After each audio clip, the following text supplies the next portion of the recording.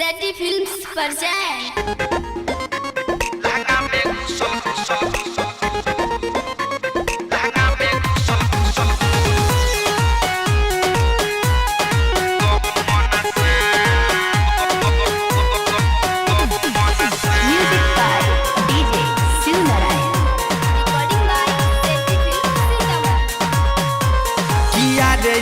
बाप रे हे बाप लहंगा में घुसल गहू मन सा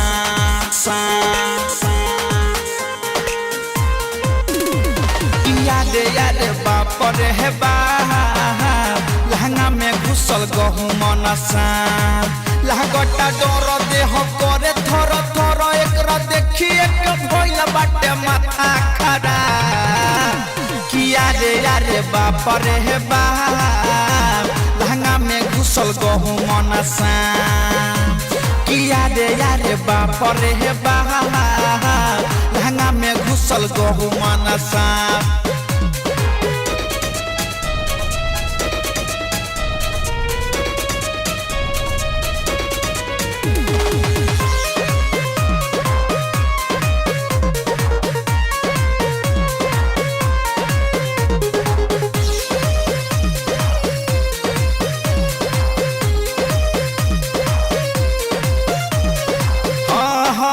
सजिया पसुतल रहनी गइनी डेराई लहंगा में हमारा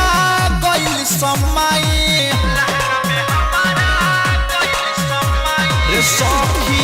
सजिया पसुतल रहनी गइनी डेराई लहंगा में हमारा गइल समाई मोटे लो में बरका रहे देखिए के भगनी जो है तो है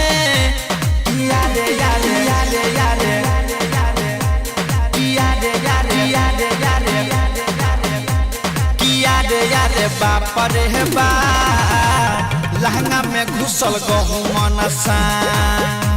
किया रे बाप रे बाप लहंगा में घुसल गहू मन सा लहगटा डर देह करे थर थर एकरा देखिए के भइल बाटे माथा खराब किया रे बाप रे बाप लहंगा में घुसल गहू मन सा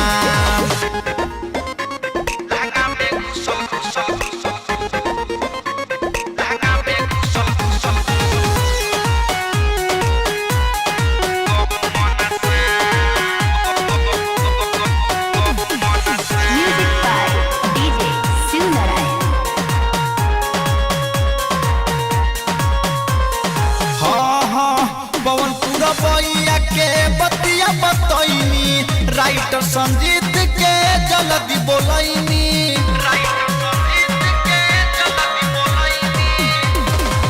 पवनपुर बइया के बतिया बतैनी राइटर संजीत के जल्दी बोलैनी अरुण मुकेश रंजित बारा है मारे लौकरा भाला मंगैनी किया रे आहा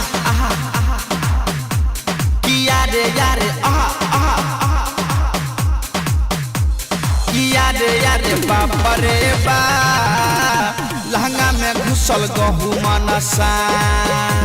किया रे बाप रे बाप लहंगा में घुसल गहू मन सा लागटा डर देह करे थर थर एकरा देखिए के भइल बाटे माथा खराब किया रे बाप रे बाप लहंगा में घुसल गहू मन सा।